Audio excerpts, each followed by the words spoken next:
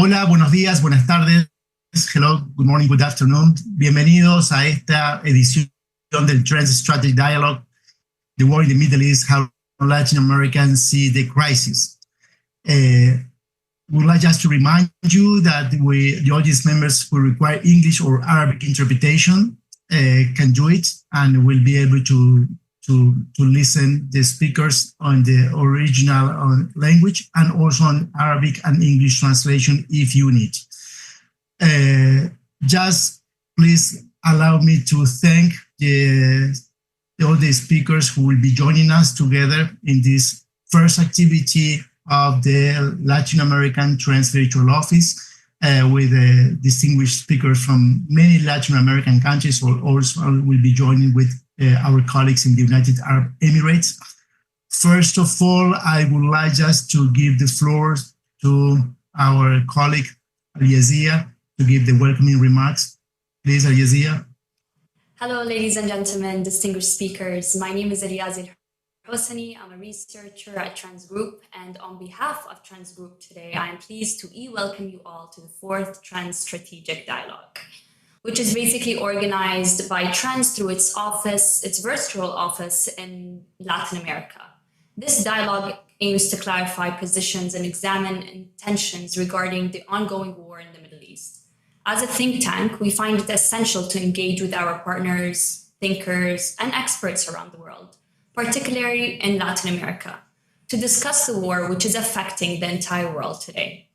The current war between the United States and Israel on one side and Iran on the other, along with the terrorist Iranian attacks being against the Arab Gulf states, has generated global repercussions, impacting all countries without exception.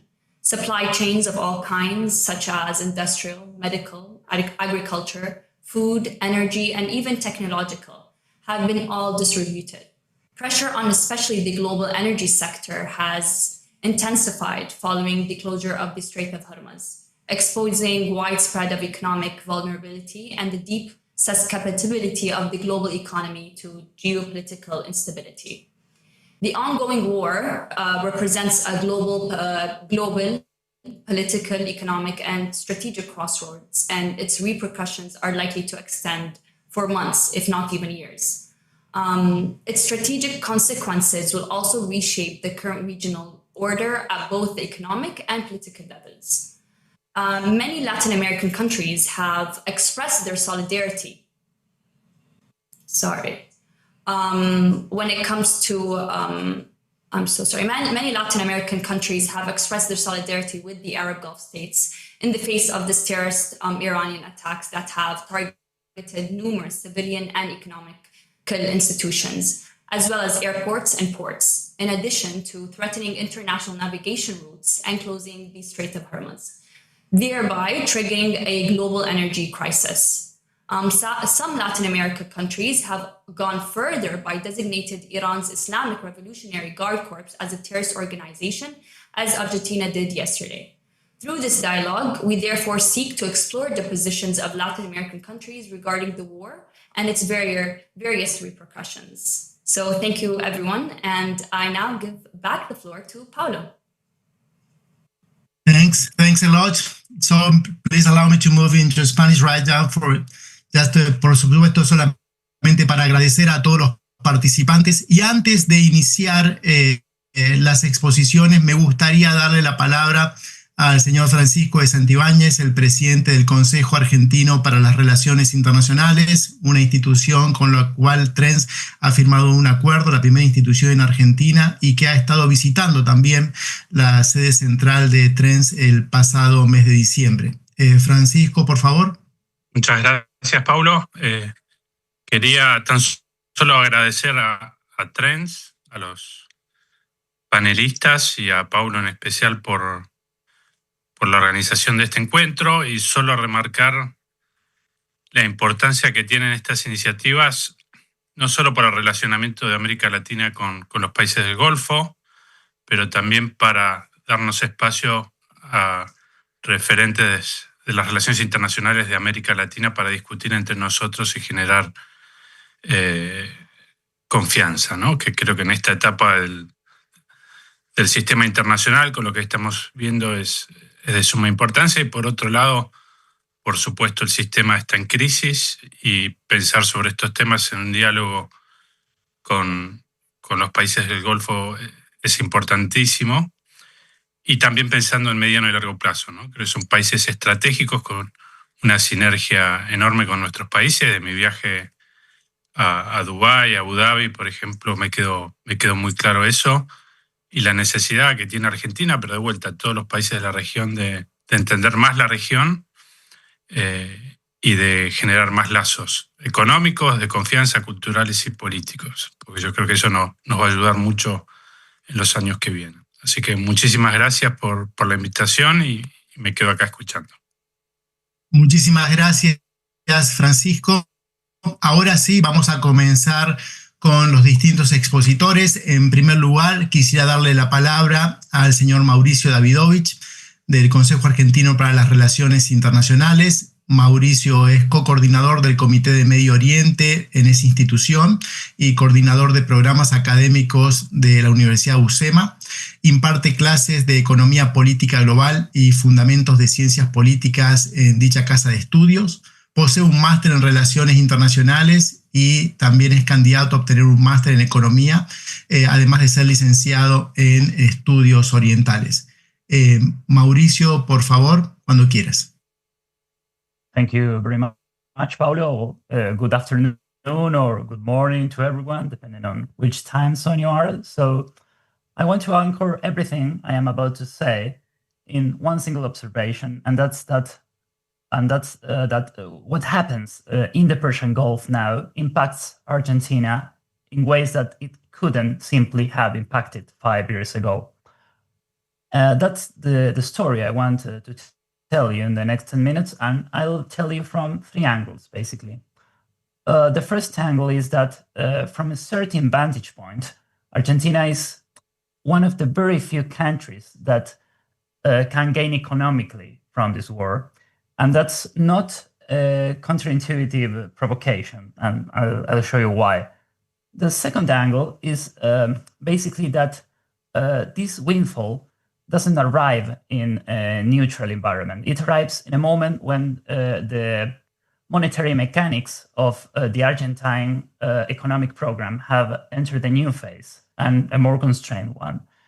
So the third angle follows directly from the other two, and it's that the conflict also gives the Argentine government political cover for inflationary pressures that were already building before the first missile was fired in this war. So the 3 angles basically tell one single connective narrative.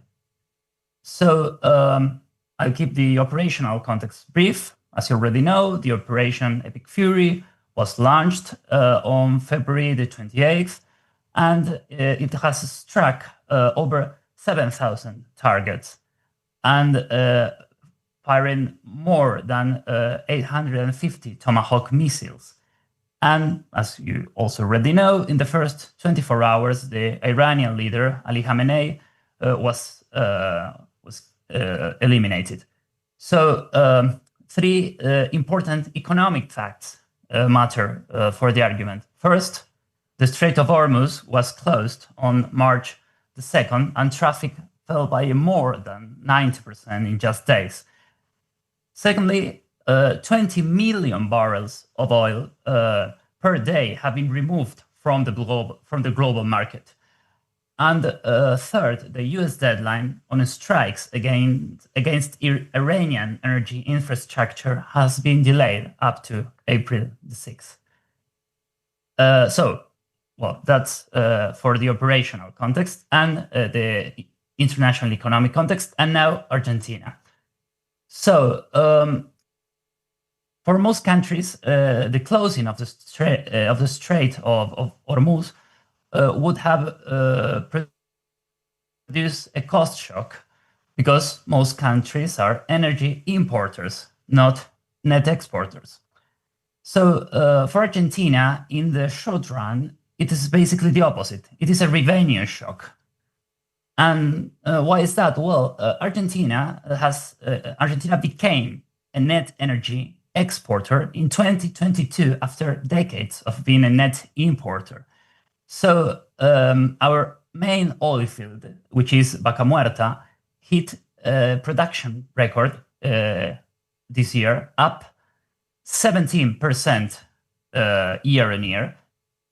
So that's very important. And also that break-even costs for Vaca Muerta sit at around $35 to $45 dollars per barrel. And with Brent at $115, Argentina is currently operating at a margin of about $70 or so per barrel exported. And now the geographic point I want to make very explicit, because I think it carries a lot of weight.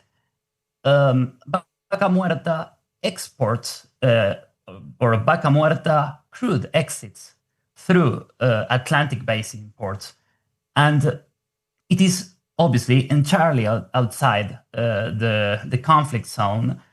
It is obviously not affected by the Houthi strikes on the Red Sea, and the South Atlantic is simply not a theater in this war. So Argentina's oil is moving and is getting through. And the numbers, well, for Argentina, every $1 rise in Brent generates approximately $125 million in exports per year. So basically, that annualized is $5 billion in additional income per year. And another thing that needs very important for understanding this story is the BMOS oil pipeline, which is a 570-kilometer pipeline being built between Vaca Muerta in Neuquén and the South Atlantic Ocean. So this oil pipeline will connect Vaca Muerta to the port of Punta Colorada, and the terminal is being engineered so that it can accommodate VLCC class supertankers, which are the largest supertankers in existence, and today Argentina lacks that capacity. So the BMOS pipeline will change all that. And as of this week, the BMOS pipeline stands at 58-60% completion. So it is projected to being completed in the third trimester of this year. Well, that's enough for oil. In agriculture, as you know, Argentina is a very big player in the agriculture market. So soybeans are up 15%, corn and wheat are up, and export taxes were reduced by the government on March the 3rd. But two complications are worth flagging, and first, urea. Urea traffic has been disrupted by the war, and urea prices have went up by 50%. Why? Because through the Persian Gulf, 30% of global urea trade is conducted. So that's very important, and that can have a negative impact on margins in the next season for Argentine farmers. So as I was saying, this export windfall, doesn't arrive in a neutral environment. So Argentina's government stabilization program has moved through different phases. First, the Milei government started with a 54% devaluation that promoted exports and triggered a short-run export surge. And the fiscal policy was very tight, and the monetary policy drove real interest rates positive. So it incentivized residents to move from dollars to pesos, to increase peso demand. That created a dollar excess in the economy of 20 billion that the government absorbed, and that helped rebuild international reserves that were very negative, and also eliminate the black market premium on the dollar. So that was the first phase of the program. But now the program has entered a new phase, and that structural dollar surplus has vanished, basically. So in order to repay its debt, now the government has to rely on two things. One is the fiscal surplus to repay the interest, but that is not enough. So it has to rely on printing money in order to buy dollars and pay the capital. And that's a problem, because that generates inflation, as there is not an increase in the demand of pesos that counterbalances the money printing. So in this specific context, the export windfall that the war is creating generates a sort of balance of payments relief bulb. And this brings me to the political economy side of the matter, which is that monthly inflation in Argentina has been running at 2.9% in both January and February of this year. And year-on-year inflation has been ticking upward for 3 consecutive months, basically. So the inflation stall is not a consequence of the war. It predates the conflict, but the conflict can add fuel to Argentina's inflation, and can compromise the government narrative that year on year, year after year, inflation will be lower. So private forecasts still suggest that 2026 inflation will be lower than 2025 inflation, but the margin is narrowing considerably. At the same time, the war provides the Argentine government a sort of political cover if the inflation situation doesn't go the way the government wants. So that could be very important too. And we have to monitor basically for two risks for Argentina's political economy. Well, basically, if on April the 6th, Trump attacks Iranian oil infrastructure directly, and oil ticks up and approaches $130, $150 per barrel, that could be very bad for Argentina, because the inflationary pass-through would likely outweigh the windfall gains, the export windfall gains. And second, the second review of the IMF, the International Monetary Fund, on the Argentine program is delayed. It remains delayed and with no date set. And Argentina needs those disbursements from the IMF to keep international reserves afloat. And beyond those, obviously, though net reserves are not so low as they were, they remain at a negative of 9 billion, because liabilities have to be paid, and obviously this implies not all reserves can be used. So we can conclude this talk by underlining 4 things. One is that the structural transformation of the Argentine economy, and especially of its energy infrastructure, is real. So Argentina reformed enough and built enough infrastructure to benefit from a shock that would have been devastating years ago.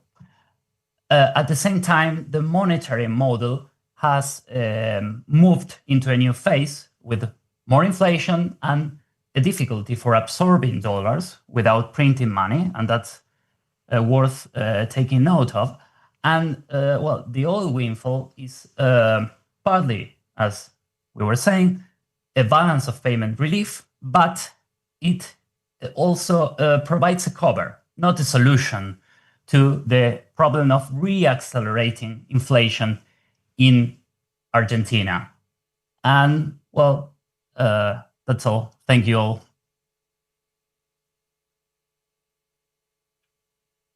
Thanks. Muchas gracias. Muchas gracias, Mauricio.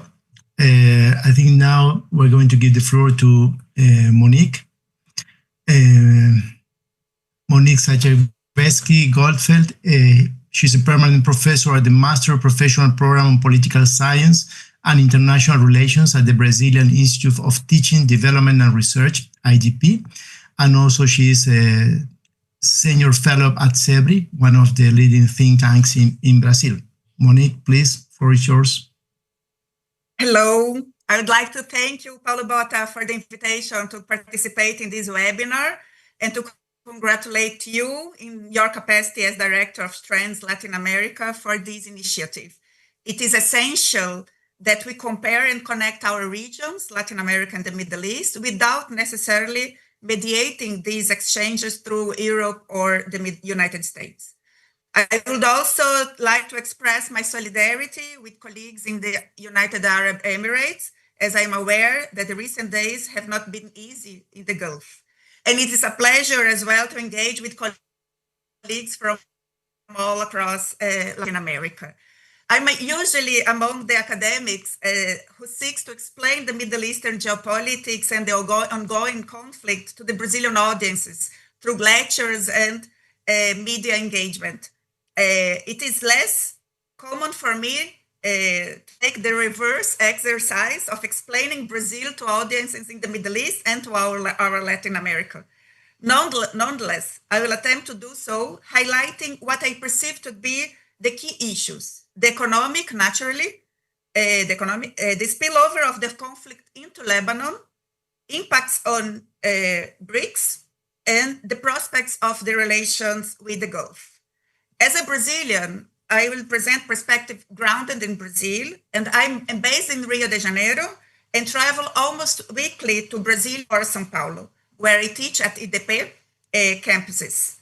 The ongoing conflict in the Middle East is likely to affect this aspect of my life, particularly my reliance on the air travel, which is also a great source of concern to the Lula administration.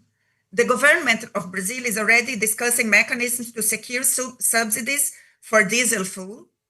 The country had been experiencing a positive moment in tourism, particularly in my dear town of Rio de Janeiro, with an increase of nearly 40% in tourism numbers from 2024 to 2025. This progress may now be jeopardized.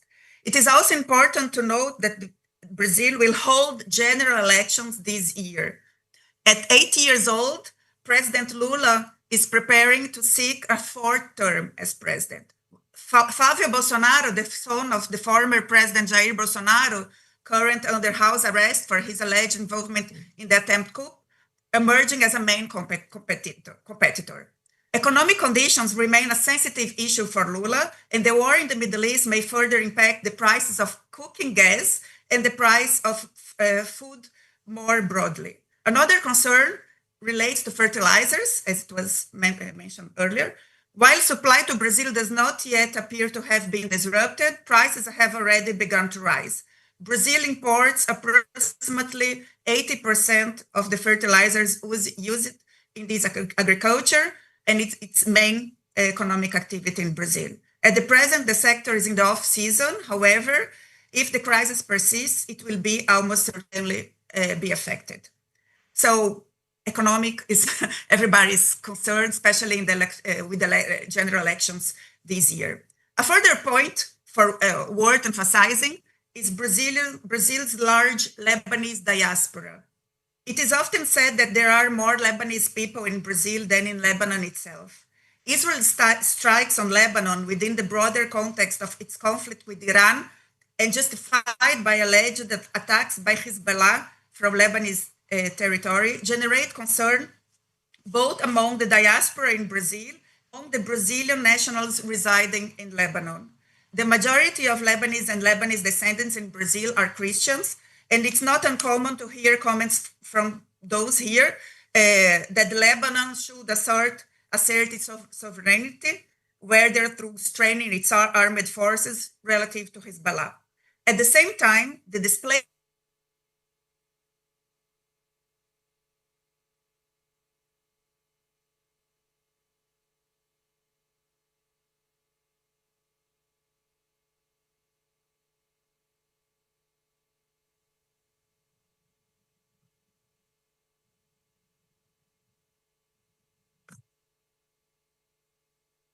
Seems we're having some problems with the internet connection.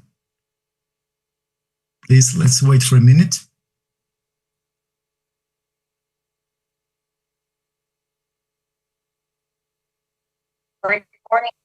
Sorry. Do you hear me? Yes, we can hear you. Yeah, sorry.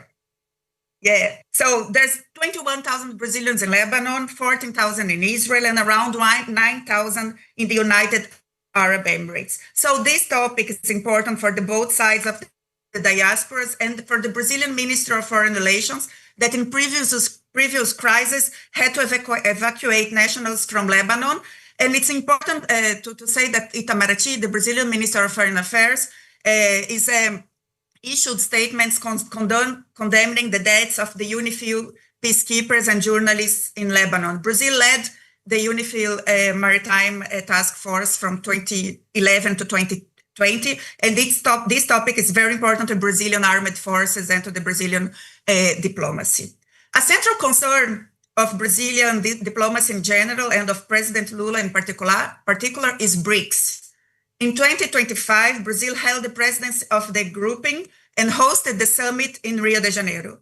With the expansion of BRICS to include the United Arab Emirates, Saudi Arabia, Iran, and Egypt, Brazil gained an additional bridge to the Middle East. However, the war has placed Iran on one side and Saudi Arabia and the Emirates on the other, particularly as Iran has carried out attacks on their territories. China and Russia are also clearly aligned with Iran. In a context in which the United States has shifted its approach in Venezuela, changing their leadership, articulated a down road doctrine for the Western Hemisphere, and launched an initiative known as Shield of Americas, bringing together right-wing leaning governments in the region, in contrast to Lula's left-leaning orientation, Brazil must exercise caution in positioning itself on the global stage.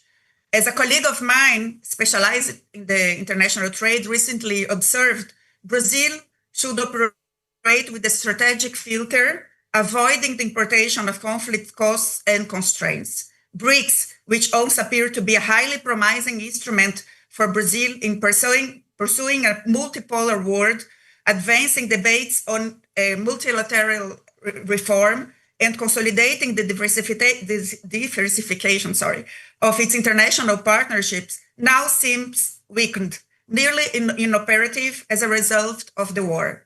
I recently participated in a discussion at BRICS Policy Center, the leading think tank dedicated to BRICS in Rio, where this perception was nearly unanimous among the panelists. In the first month of the war, Gulf countries were immediately targeted and have thus far focused on defense and on identifying alternative routes for exporting energy and for economic resilience without engaging in military retaliation. It appears that they are recalibrating the cost of the relationship with the United States, particularly as the military bases established there increasingly resemble a burden rather than asset, while also recognizing the immutable reality of geography, which requires them to contend with Iran as a powerful and ever-present neighbor. The narrative of security and prosperity that attracted many of the approximately 9,000 Brazilians who relocated to the United Arab Emirates must now be reassessed particularly in light of the reputational and economic impacts of the country. Nevertheless, I continue to believe and do advise to anyone who asked my opinion here in Brazil, that from Brazil we should, and more than ever, continue to observe, teach, and learn from the United Arab Emirates. Many Brazilian aviation professionals have found employments there as pilots and flight attendants. There are also a huge number of Brazilians teaching jiu-jitsu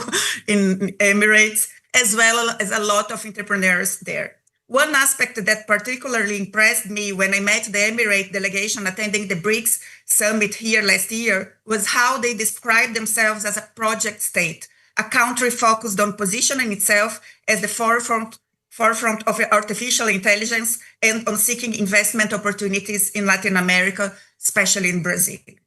Much will depend on the duration of the war, and I sincerely hope that mediation efforts proposed by Pakistan and China maybe offer a path toward the de-escalation. Latin America and South America in particular must also reassess its position in light of divergent political stances, mainly of Brazil and Argentina.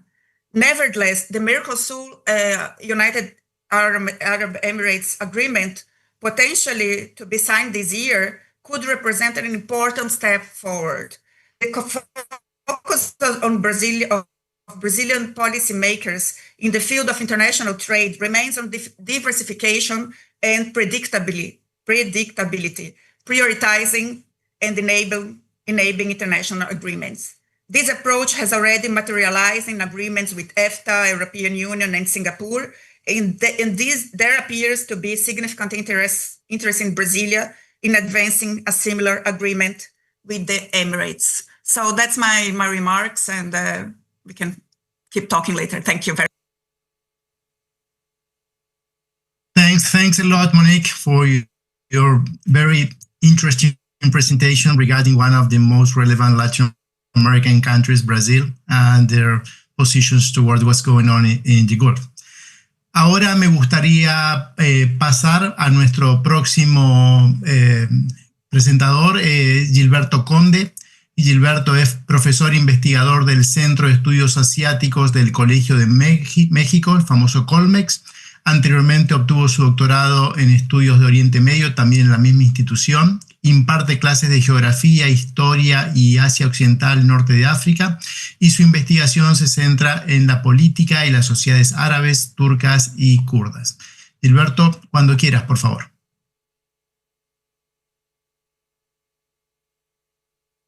Muchas gracias, Paulo, por la invitación. Gracias a Trends igualmente. Y me parece que es una excelente iniciativa, particularmente con el enfoque que se le está dando, y gracias también a mis colegas panelistas por las interesantes intervenciones que ya han tenido y que seguramente vendrán con los demás. Bueno, mi presentación tiene varios puntos.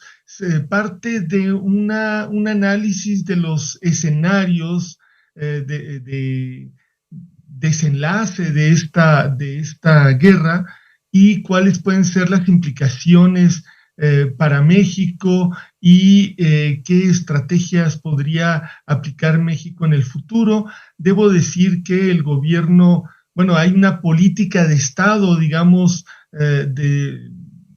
del Estado mexicano a favor de la resolución pacífica de los conflictos, y esto particularmente el gobierno actual, así como el anterior, han centrado mucho su postura en torno de esto.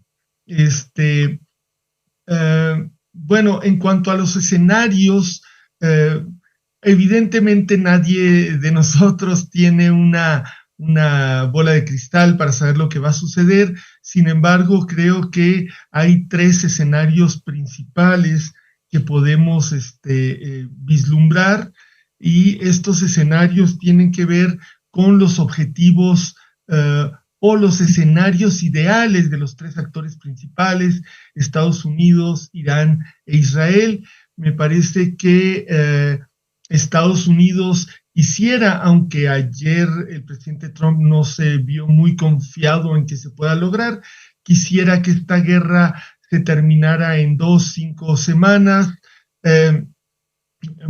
por medio de bombardeos, esencialmente, más que de una intervención por tierra, aunque podría no evitarla. Estados Unidos, que la Unión Europea y China patrullaran Hormuz y lo abrieran por la fuerza incluso, y que Estados Unidos e Israel pudieran volver a Irán a, como dicen, cortar el césped cada tanto tiempo bombardeando para mantener en cintura a Irán. Esta perspectiva, bajo esta perspectiva, los precios del petróleo seguirían entre 100 125 dólares por barril, con una salida de la guerra pues relativamente próxima. Esto no evitaría los precios altos de los fertilizantes, la logística, los centros logísticos en el Golfo podrían volver a normalizarse después de algún tiempo, la inflación persistiría y veríamos una desaceleración económica durante este año y el próximo. La perspectiva de Irán es, o digamos, el escenario ideal para Irán sería que la guerra se alargara unos 2, 3 meses, Estados Unidos cediera ante la evidencia de que no puede ganar la guerra por vía militar, que Irán fuera aceptado como un estado normal en el Medio Oriente y en el mundo, que mantuviera un derecho de peaje sobre el estrecho de Hormuz. Estados Unidos e Israel se retiraran prácticamente de la geopolítica de la región. En esta perspectiva, el petróleo podría aumentar en los próximos meses a 150 o incluso 200 dólares por barril. Probablemente la economía mundial entrara en recesión, no solamente desaceleración, una inflación desbocada, una transición energética acelerada. El tercer escenario es el escenario ideal para Israel, que implicaría un Estado iraní fallido,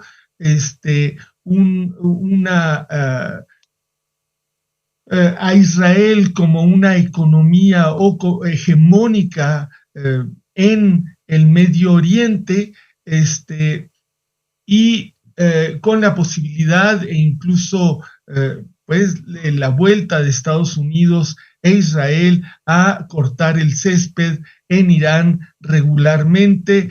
El petróleo en este escenario podría mantenerse a largo plazo en ese margen de 150 a 200 dólares el barril, en caso de que Irán pudiera mantener cerrado el estrecho de Hormuz por un largo periodo.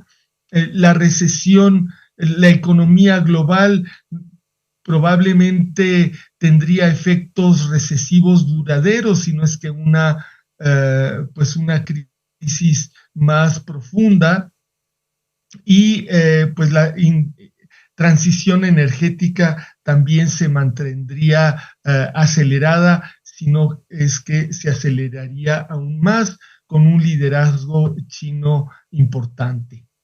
Ahora, estos escenarios, el de Estados Unidos, el ideal, digamos, para Estados Unidos, desafortunadamente es el menos plausible, requiere una victoria rápida sin invasión terrestre y contradice las aparentes capacidades asimétricas de Irán, y una aversión de Trump y del público y el electorado estadounidense a las bajas humanas en el ejército de ese país. El escenario iraní es plausible, aunque bajo ciertas condiciones. Su fortaleza depende de prolongar la guerra más allá del horizonte político estadounidense. Sin embargo, padece de una debilidad que no se sabe si realmente Irán tenga la capacidad en misiles y drones que aparentemente tiene o que ha tratado de aparentar tener, y de que pueda ser aceptado como un estado normal en el futuro. El escenario israelí es también bastante plausible, pero contiene riesgos muy elevados. Es factible militarmente si cuenta con el apoyo de Estados Unidos, pero hay un riesgo de expansión regional, no solamente con Hezbollah, sino particularmente con la entrada de los hutíes de manera llena al escenario de guerra, el cierre del Mar Rojo, por lo menos de un lado, a la navegación y etcétera, ¿no? Bueno, las claves las veremos en las próximas semanas. Se definirá si Irán logra mantener cerrado el estrecho de Hormuz por un tiempo suficiente, o si Israel y Estados Unidos logran desarticular el comando iraní y obtener una especie de fragmentación de Irán en una serie de mini estados, y esa situación de caos que implicaría el escenario ideal israelí. Evidentemente, estos son escenarios únicamente y no tienen que ver, por supuesto que la realidad los va a rebasar en los detalles, pero son escenarios posibles que no podemos descartar. Es decir, ya sea una desaceleración importante durante 2026 y 2027, o una recesión o una depresión económica, una dislocación de la agricultura en el primer escenario para 2026 en el hemisferio norte. En el segundo y en el tercer escenarios podría los problemas para la agricultura ser más permanentes y buscar otras alternativas de fuentes de fertilizantes en el mundo, en Rusia, en Libia, Argelia, qué sé yo. ¿Cuál es la situación actual de las relaciones de México con el Golfo? Emiratos Árabes Unidos tiene un compromiso activo con México. Hubo una reunión en 2026 para ampliar el comercio y las inversiones, que ya son importantes. Qatar es el cuarto socio comercial de México en la región. Ha otorgado la certificación halal para la carne. Hay inversiones cataríes importantes en turismo, en Cancún, por ejemplo, y en energía en el Golfo de México. Arabia Saudí, en el proyecto de Visión 2030, abre oportunidades en energías renovables, construcción, salud, etcétera. La relación de México con Irán es básicamente simbólica. El comercio es muy reducido. México importa alrededor de $5 millones en circuitos integrados, polímeros, y exporta $170,000 anuales en crustáceos. Básicamente, la embajada pues está cerrada ahora con la guerra. Y bueno, ¿cuáles pueden ser los impactos para México? En el escenario ideal estadounidense, inflación, fertilizantes que afectan la agricultura, desaceleración económica. Pero en los más plausibles, el escenario ideal iraní o el ideal israelí, que son más plausibles, podríamos ver una inflación severa, afectación a las finanzas públicas, una recesión global que afectara a las exportaciones mexicanas, inversiones en turismo podrían verse afectadas, no solamente las inversiones, sino el problema que ya mencionaba Monique en cuanto a los precios de los vuelos, etc.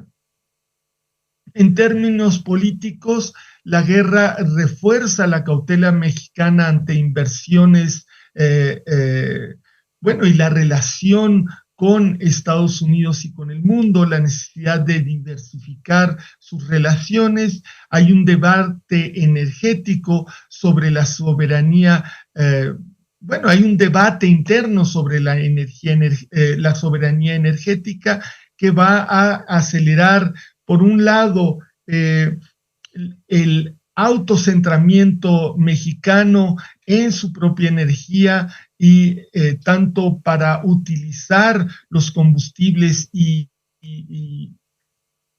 producir los derivados, como acelerar renovables y profundizar, pero se profundizaría aún así la dependencia de los recursos fósiles. México probablemente utilizará la CELAC y Naciones Unidas para abogar por la desescalada y la protección de las rutas comerciales marítimas. En términos sociales, la inflación en alimentos y combustibles podría socavar fuertemente los avances que ha logrado el gobierno en términos de popularidad y en términos de ingresos de las familias más pobres, lo que podría desestabilizar al gobierno mexicano con malestar social y etc. Bueno, ¿qué nuevas estrategias?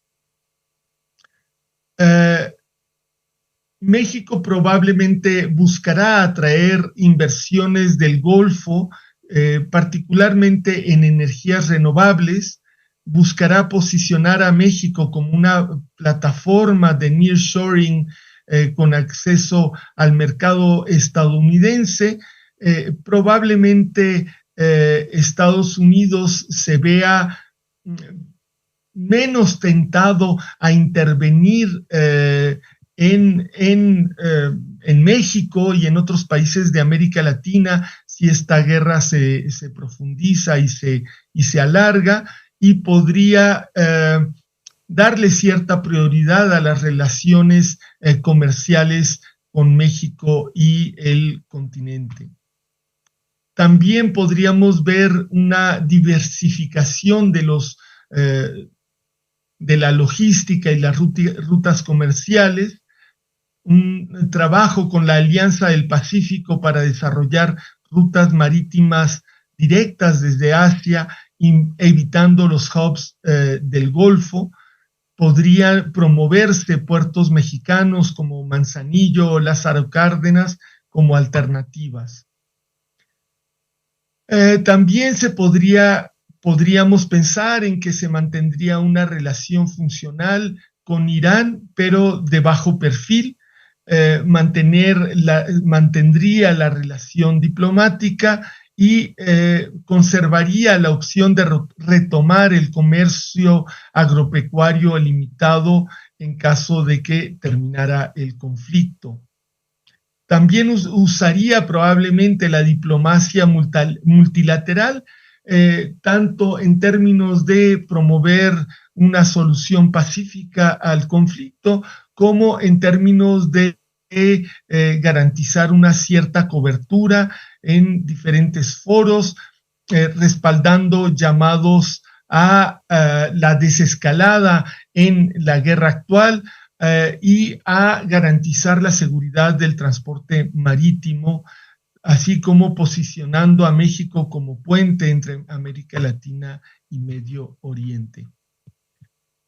Bueno, para cerrar, solo diría que la exposición de México a la guerra en términos directos es evidentemente baja, sin embargo, su vulnerabilidad indirecta en términos económicos, de fertilizantes, de logística en el transporte internacional es significativa. El abanico de posibles resultados es muy amplio, desde una desaceleración hasta una recesión o incluso una depresión global que le afectaría tremendamente, sin lugar a dudas. Cualquiera que sea el escenario, la guerra acelera la transición energética global y lo que México podría aprovechar para atraer inversiones del Golfo en energías renovables. Simultáneamente, México debe diversificar su logística y mantener su flexibilidad diplomática. La estabilidad del Golfo es muy importante para México, así como lo es para el mundo, no solo como principio, sino como un interés en términos reales. Muchas gracias por su atención. Bueno, muchísimas gracias, Gilberto. Otro país muy importante, también miembro de G20 como es México, su posición con respecto a lo que está sucediendo es muy, muy relevante. Vamos a continuar y por lo tanto vamos a darle la palabra a Juan Pablo Toro. Juan Pablo Toro es investigador principal de Athena Lab en Chile, investigador asociado senior del Royal United Service Institute en el Reino Unido, profesor de Asuntos Internacionales en la Facultad de Comunicaciones de la Pontificia Universidad Católica de Chile y columnista del periódico El Mercurio, sin lugar a dudas, tal vez el más importante de Chile. Juan Pablo. Well, first of all, thanks, Dr. Bota, for having me here, and thanks, Trends, for organizing this important webinar.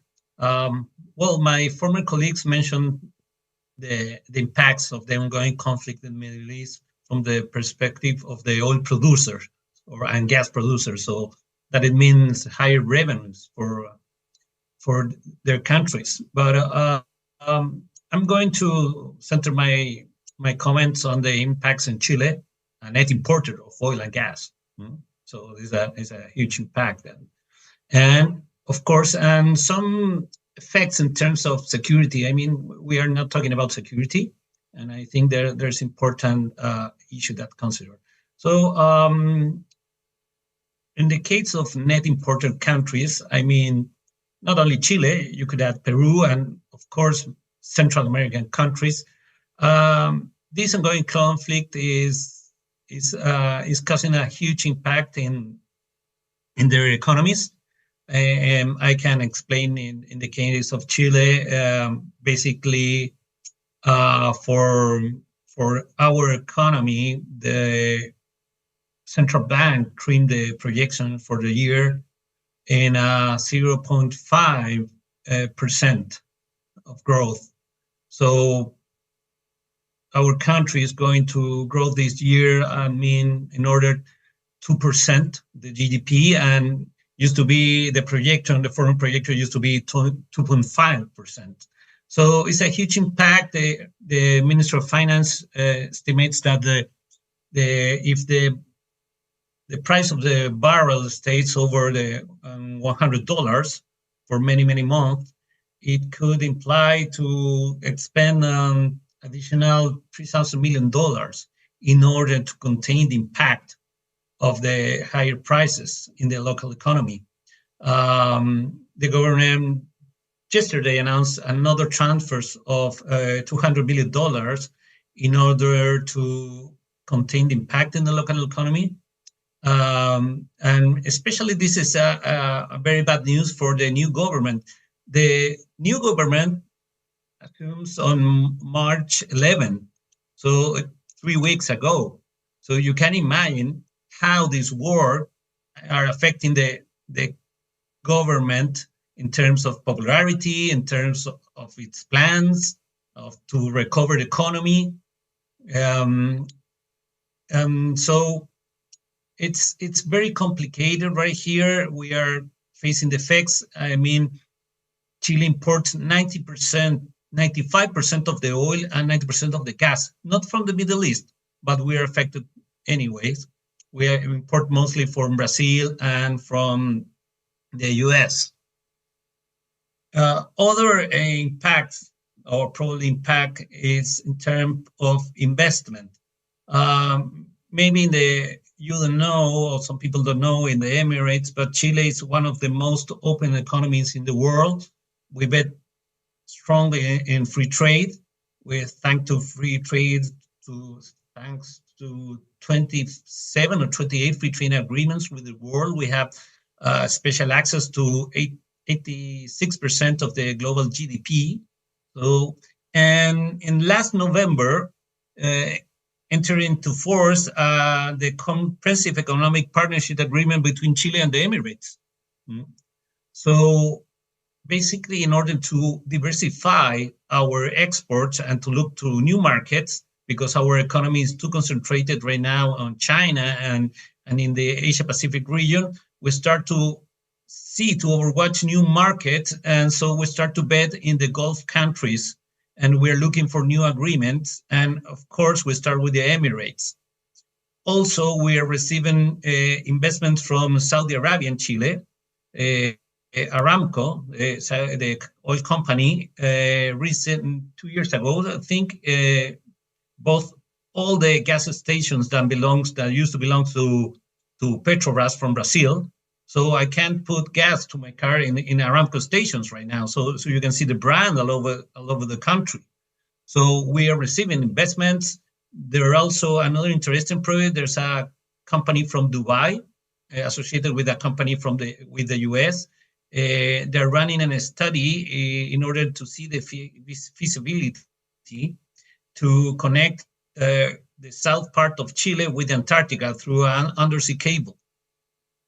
So right now we are receiving investment from the Gulf and from countries in the Middle East. And of course, the ongoing conflict could affect that positive trend. But also, it should be seen as a stimulus, in the case of Chile, to accelerate our investments in renewable energies. During the last 20 years, I think Chile is one of the countries in the world that invests most money in solar power and wind power in order to reduce our exposure to hydrocarbons or the shocks in the hydrocarbon market. So this is a new stimulus for us to invest in this kind of companies or projects. Also, Chile, we have one of the biggest reserves of lithium, and also this is another important sector. And I know there are a lot of interest for companies in the Gulf to be part of these new critical mineral sectors in Chile. So how this conflict is going to affect this trend is a very important question. Of course, we're suffering inflation too, but that is the impact in Chile, and especially the CAS government is just new. I think CAS government assumed 3 weeks ago. And in the first instance, when the Operation Epic Fury starts in February 28th, the CAS government support the operation and says Chile always support countries that defend freedom and democracy. That means US and Israel. But the tradition in terms of foreign policy is to support the peaceful resolution of conflicts. That is the real tradition of the foreign policy. So the first pronouncement of the CAS government, I think it was ambiguous and it's not very well calculated. But also the CAS government condemned the attacks over the Strait of Hormuz and was part of the countries that sing some kind of communique in order to condemn the situation over there. Today, the UK organized talks about the situation over the Hormuz Strait, and Chile was, I think, the only country in Latin America invited to be part of that discussion because we have good relationship, a very close relationship with the UK. But the situation is looking more complicated every day, and is changing all the projections in the economy, in the local economy, and it's right now is affecting the expectations about the new government. That's the part of Chile. But let's move to the issue of security. I mean, in some way, this conflict right now, and of course, the operation in last June, the Midnight Hammer operation launched by the US, and all the different battles between Iran and Israel are going to affect the footprint of Iran in Latin America. I mean, the Iranians been present in Venezuela. They in terms of they send instructors to train Venezuelan special forces, to train Venezuelan special forces. They also sold some missiles. They helped the Venezuelans to produce drones over in Venezuela with Iranian technology. And they sold, I think, 6 fast attack crafts, missile crafts to Venezuela. Also, Iran signed an agreement with Bolivia a few years ago to develop, to increase cooperations in defense, especially in drone technology. The Iranians transferred about 30 drones to Bolivia. So currently we don't know what happened with the drones. In Bolivia, there's a change of government, and the new government is more aligned to work with the US and with Western countries and with its neighbors, including Argentina and Chile right now. And so how the going conflict is going to affect the footprint of Iran is another good question. I think it's going to decrease. I think this is a positive trend in terms that we know that the Iranian regime supports terrorist organizations. Argentina knows those that suffered that in the 90s. And so the ongoing conflict is affecting the region in different ways, reinforcing some trends in order for net importers to bet on renewable energies and not depend on oil and gas. Maybe it could be a stimulus for producers in order to increase the output and to get some more revenues because the oil market and the gas market are right now affected by the conflict. It's going to reduce the presence of Iran here in terms of defense cooperation, security cooperation, and that is good.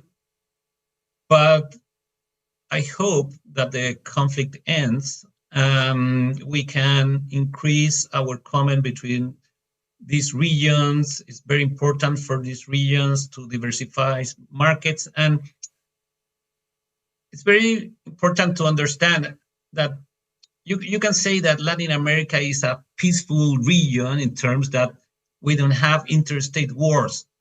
In terms of criminality is other history. But for Latin America and the Caribbean, basically the stability of the international system is essential. It's essential. So we're going to support every peace initiative in diplomatic terms. I think the region is not going to be part of any military coalition because many countries don't have means or don't have budgets right now to send troops or to send vessels or any support to the region. So that's the end of my comment. Thanks, Pablo. Thanks, friends. Thanks a lot, Juan Pablo. Thanks for including these interesting ideas about the trends regarding the security issues in the region. So, ahora, si me permiten, vamos a movernos hacia el próximo expositor. Se trata de Carlos Alberto Núñez Salinas. Él es el presidente alterno del Parlatino, el Parlamento de América Latina y del Caribe, a partir del año 2003.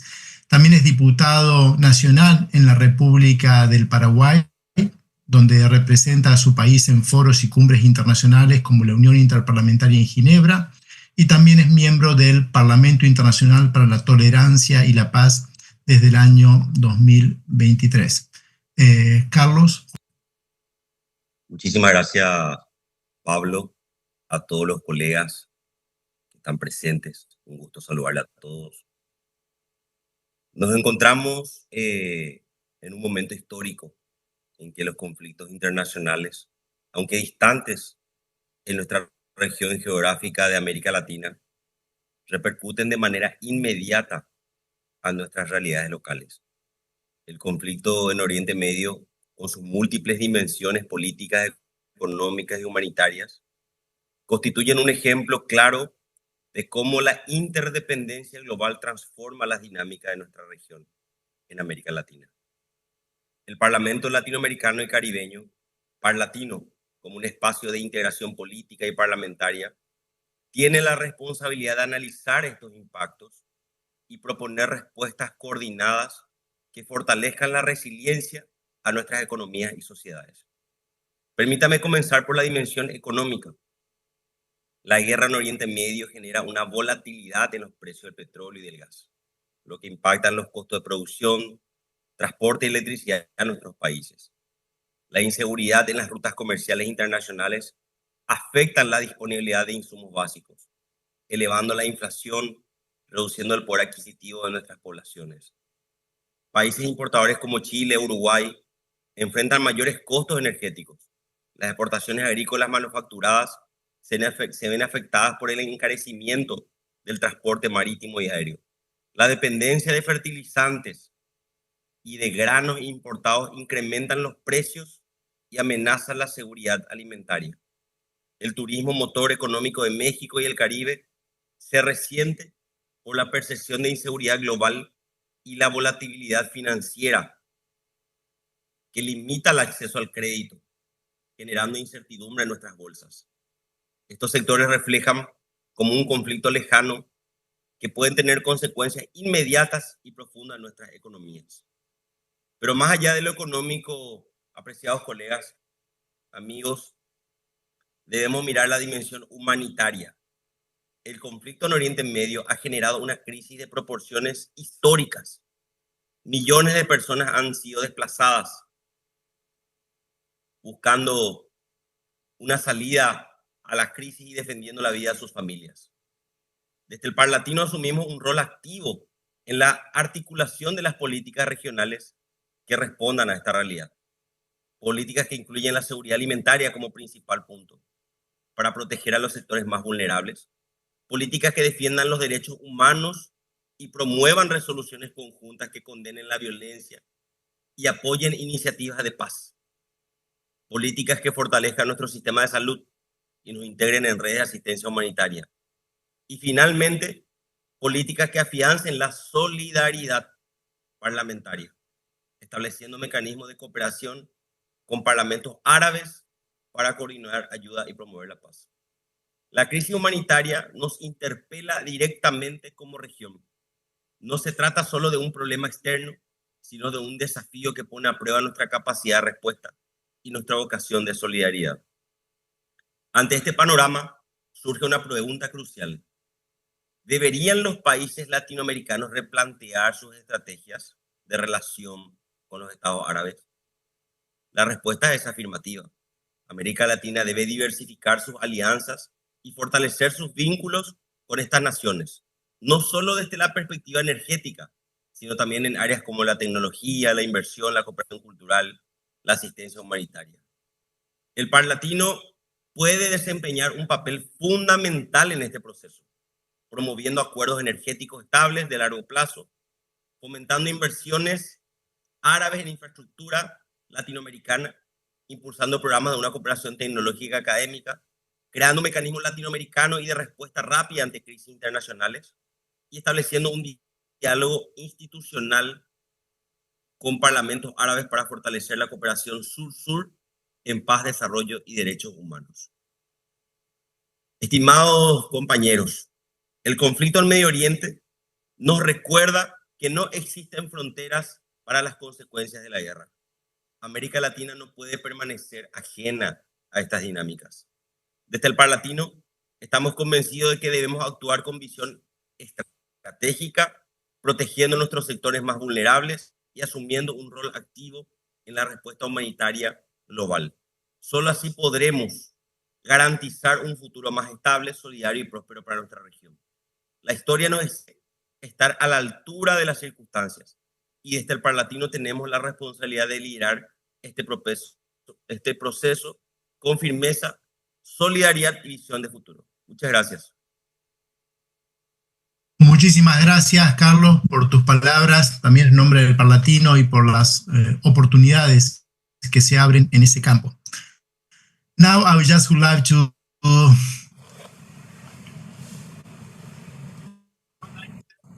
give final remarks, if it is possible. Hello, assalamu alaikum. As we come to the end of this evening, I would like to extend our sincere thanks to all the participants for their valuable contribution. Today's strategic dialogue has broadened our understanding of the Middle East war, particularly through Latin American perspectives that extend beyond traditional frameworks of global crisis. These discussions highlighted Latin America as a valuable,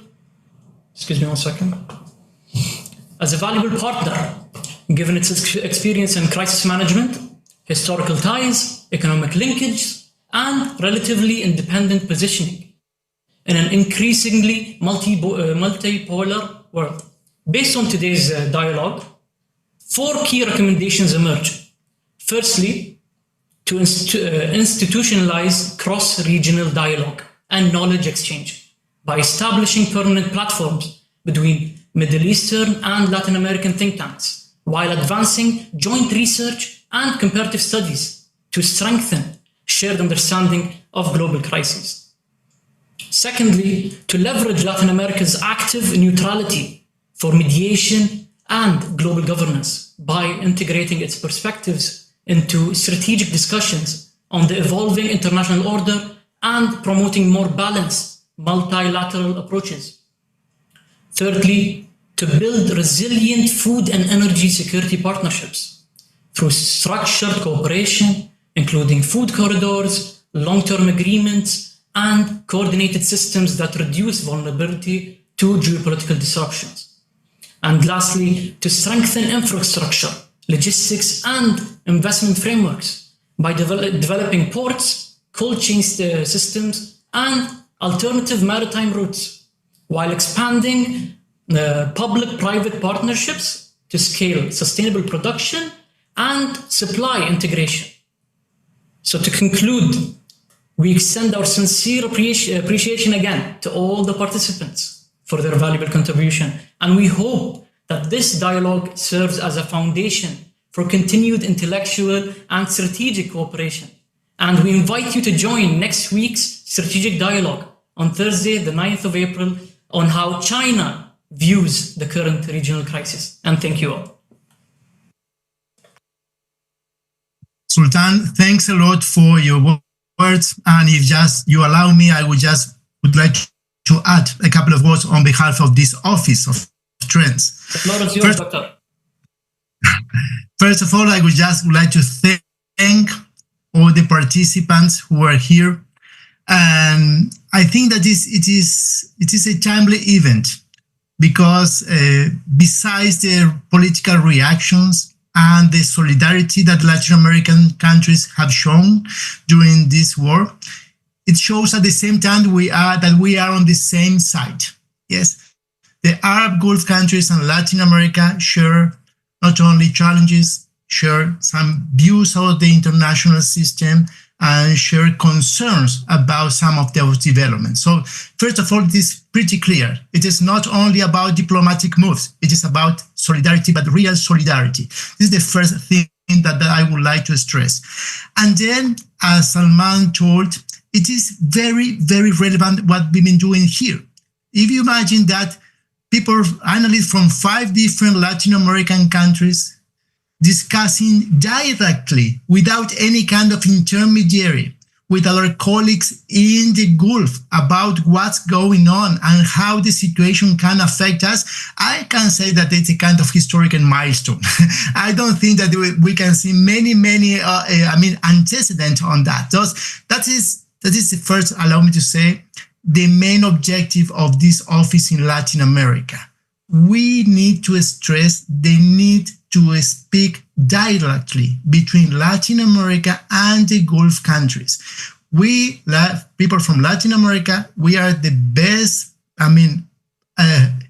people who can talk to our colleagues in the Middle East about what's going on in the region. And the people in the Middle East, they are the best to tell us about what's going on in the Gulf right now. So it is a historical moment, I would say. It is pretty relevant that we are discussing from different countries what's going on directly. And I think that in the future, this office that has many projects, I have to stress, many of our partners in the region, National Lab, IDP, CARIA are here. But I think that we had also many challenges. We do not also have to stress in the future the possibilities and the opportunities at the bilateral level, which for sure are very important: energy, food security, investment, and so on. But also Latin American countries and Gulf countries have also the need to analyze the common challenges that we have in the international system. And our voice should be here. Thanks a lot. Shukran jazilan. Gracias. Obrigado. And I'm very happy for this event. I think it will be just the first of many other events that we're going to organize in the upcoming years. Thanks a lot. Bye. Muchas gracias. Thank you very much. Gracias. Nos vemos. Thank you everyone. Thank you, Doctor. Thank you. Shukran. Shukran.